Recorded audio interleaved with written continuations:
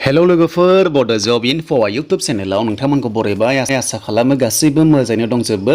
जोबोर मोजां खबर सफैदों एसएससी जीडी एप्लाइनि नोंथांमोनाथ' मिथिखाबाय उमां एप होननानै दा बेयावनो जोङो रेजिस्टार खालामना लानो हासिगोन लोगोसे जोङो फाइनाल साबमिट एबा एप्लाइखौबो खालामना लानो हागोन जायफोरा आइडि दंखायो आरो जायफोरा आइडि गैया नोंथांमोना गिबियाव मा खालामनांगौ बेनो जाबाय रेजिस्टार नोंथांमोना खालामना लानांगोन दा बेनो जोबोर मोजां लोगोफोर एसएससी जीडीनि वेबसाइटआव गोबां जाम जादोंमोन प्रब्लेम जादोंमोन फाइनाल साबमिट जायाखैमोन नालाय दा बेनिनो गोदान एपआव नोंथांमोना रिलेटेड बे एसएससीनिखौ एप्लाइखौ खालामना लानो हासिगोन दा बेनिखायनो नोंथांमोना जायफोर गोदानै फैदोंमोन चेनेलाव साबस्क्राइब खालामना लादो बेबायदि आपडेटखौ मोनबाय थानो बेनिफ्राय लोगोसे नोंथांमोना इजियावनो उमां एपनि गेजेरजों अनलाइन एप्लाइखौबो खालामना लानो हायो दा माबोरै खालामनांगौ आं नोंथांमोननि गासैबो डिटेल्सखौनो होगासिनो दङ दा बेनिखायनो भिडिअखौल' जोबजासिम नायदो दा जास्ट बेयाव आं नोंथांमोना माबोरै रेजिस्टार खालामनांगौ बेखौल' होगोन बेनिफ्राय नेक्स्टआव लोगोफोर फाइनाल साबमिट खालामनायखौ नोंथांमोना गासैखौबो दिन्थिजोबगोन दा फाइनाली जों बेनिखायनो थानांगोन प्ले स्ट'राव लोगोफोर नोंथांमोना प्ले स्ट'राव थांनानै डाउनल'ड खालामनांगोन उमां एपखौ इनस्टल खालामदो बेनिफ्राय जों बेजोंनो गासैबो एप्लाइखौ खालामना लानो हायो दा जों थांसै फैदो गोबाव खालामला थ' लोगोफोर आङो दायो प्ले स्ट'राव फैबाय दा नोंथांमोना प्ले स्ट'राव फैनानै इनस्टल खालामनांगोन आरो बेबायदि उमां एपखौ दा बे जाबाय लोगोफोर मिनिस्ट्रि अफ गभर्नमेन्ट अफ इन्डियानिफ्राय फैनाय लन्च खालामनाय बे एपआ दा बे गभर्नमेन्टनिखा नोंथांमोना जेबो गिनांगौ गैया सिकिउर दंखायो नोंथांमोना जेबो टेनसन लानाङा दा बेनिफ्राय अपेनाव थुनाय लोगो लोगो आंनिया अपेन जासिगोन दा नोंथांमोनाबो डाउनल'ड खालामनानै अपेनाव थुनांगोन आरो बेनिफ्राय माबोरै टाइप खालामनांगोन माबोरै रेजिस्टार खालामनांगौ नोंथांमोना गोसो होनानै स्टेप बाय स्टेप नायोब्लानो गाव गावनि मबाइलाव आरामसे माने खालामना लानो हागोन आरो ना दा जों थांसै फैदो गोबाव खालामला अपेनाव आं बेयाव थुना होनोसै दा लोगोफोर अपेनाव थुनाय लोगो लोगो बेबायदि पेजआ गेवना फैयो दा बेनिफ्राय जों एसएससीखौ माबोरै मोनगोन आंनाथ' बेयाव डाइरेक्ट ओंखारखाबाय लोगोफोर रिसेन्टलि इउज्ड सार्भिसाव आङो बेयाव थुबाय नालाय एसएससी ओंखारखाबाय दा आं जास्ट नोंथांमोननो बेसिक महरैसो खिथागोन दा बेनिखायनो जोङो गिबियाव जों गोजौआव नुनो मोन्दों गोजौआव सार्च बार नुनो मोन्दोंना जों बेयाव अके थुनानै जों बेयाव थुदो आरो खनसे दा बेयाव थुनाय लोगो लोगो जों लिरना होनांगोन स्टाफ सिलेक्शन कमिसन नोंथांमोना लिरबानो जाबाय आरो डाइरेक्ट एसएससीबो होनो हायो जों डाइरेक्ट एसएससीबो होनो हायो लोगोफोर नोंथांमोना एसएससी होनानै जोङो सार्चआव थुना होदो ग'आव बेनिफ्राय जोंना एसएससीआ फैगोन आरोना दा जों एसएससी थुबाय दा बेनिफ्राय लोगोफोर एसएससी थुनाय लोगो लोगो बेयाव गासैबो बेबायदि श' जागोन आरो दा नोंथांमोना बेबायदि नुदोंना दा डिपार्टमेन्टआ जोंना एसएससी नालाय दा बेनिखायनो जोङो एसएससी जोङो स्टाफ सिलेक्शन कमिसनाव थुना होनो हागोन नङाबा नोंथांमोना डाइरेक्ट नोंथांमोना जिखुनु जाया लगिनाव थुनो हागोन आरो लोगोसे जोङो गोदानबा जों गोदान केन्डिडेट बा वान टाइम रेजिस्ट्रेसनाव थुनो हायो गाहायाव दङ दा बेखौ आं होथ'ला दा जों गोदान महरै जोङो डिपार्टमेन्टआवनो हाबनोसै डाइरेक्ट जों एसएससीआव हाबनोसै दा बेनिखायनो आङो स्टाफ सिलेक्शन कमिसनाव आङो बेयाव थुना होनोसै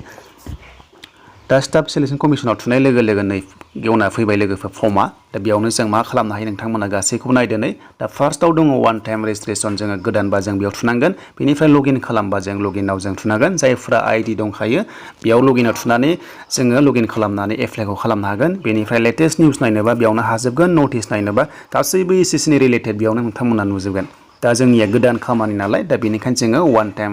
जोङो रेजिस्ट्रेसनाव थुना होनोसै मानोना जोङो गोदान केन्डिडेट जोङो रेजिस्टार खालामगोन दा बेनिखायनो आङो वान टाइमाव नैबाव थुना होबाय दा बेयाव थुनाय लोगो लोगो दा जोंनि फर्मआ गेवना फैबाय नै लोगोफोर नोंथांमोना एखे फर्मखौनो मोनगोन जेरै जों फिलआप खालामदोंमोन जास्ट बाथ्राया बेल' लोगोफोर ssc.nic.in आव जोंहा जाम जायो प्रब्लेम जायो फाइनाल साबमिट खालामनो हायाखै मानोना गोबां एप्लाइ खालामदों नालाय दा बेनिखायनो जोङो बेयाव फैनानै इजिलि जोङो साबमिटखौ खालामना लानो हायो दा बेयाव लोगोफोर आं जास्ट नोंथांमोननो रेजिस्टार खालामनायखौल' दिन्थिगोन मारै खालामनांगौ नोंथांमोना भिडिअखौ नायलांबाय थादो बेनिफ्राय नेक्स्टआव फाइनाल साबमिट खालामनाय एप्लाइखौ नोंथांमोननो होगोन दा बेयाव बुंदों लोगोफोर नाम्बार वानाव नोंथांमोना नुनो मोन्दों डु इउ हेभ आधार दा लोगोफोर दङबासो येस होनानै नोंथांमोना आधार कार्ड नाम्बारखौ होनांगोन जुदि गैयाबा नोंथांमोना बेखौ न' होबानो जाबाय दा लोगोफोर गोबाङानो सोंदों जायफ्रा आधार कार्ड गैया नोंथांमोना जेबो जिंगासिनांगौ गैया नोंथांमोना पेन कार्ड ड्राइभिं लाइसेन्स होनानै नोंथांमोना आरामसे एप्लाइखौ खालामना लानो हायो दा जोङो आधार कार्ड गैयाखौनो लानोसै मानोना गोदान केन्डिडेट खायसेनाव थाया बेनिखायनो न'आव होबाय दा न'आव होनाय लोगो लोगो मा अपसन फैगोन नोंथांमोना नायना लादो 1C दा जों 1C जोङो टाइप अफ आइडिखौ जों सेलेक्ट खालामदो नोंनाथ' आधार कार्ड गैया नालाय दा बेनिखायनो जोङो बेयाव अपसनाव थुनाय लोगो लोगो मा फैदों नोंथांमोना नायदो नै पेन कार्ड दङ बेनिफ्राय नोंथांमोना ड्राइभिं लाइसेन्स थाखाय सोरनाबा स्कुल आइडिबो थायो कलेज आइडियाबो सोलिगोन भटार आइडियाबो सोलियो दा बेनिखायनो जोङो सिम्पलखौ होनोसै पेन कार्ड जों होनोसै दा पेन कार्ड होनाय लोगो लोगो नोंथांमोना 1D आव नुदोंना 1D आव नोंनि पेन कार्ड नाम्बारखौ होनांगोन बेनिफ्राय नोंथांमोना जाबाय बियो आइडिया जाबाय दानिया जों फैनोसै नेमाव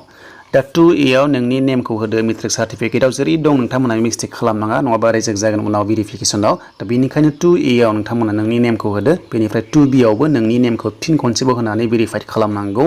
बेनिफ्राय 2C आव नोंथांमोना हेव इभार चेन्ज नेम बेखौ नो होदो मानोना चेन्ज खालामाखै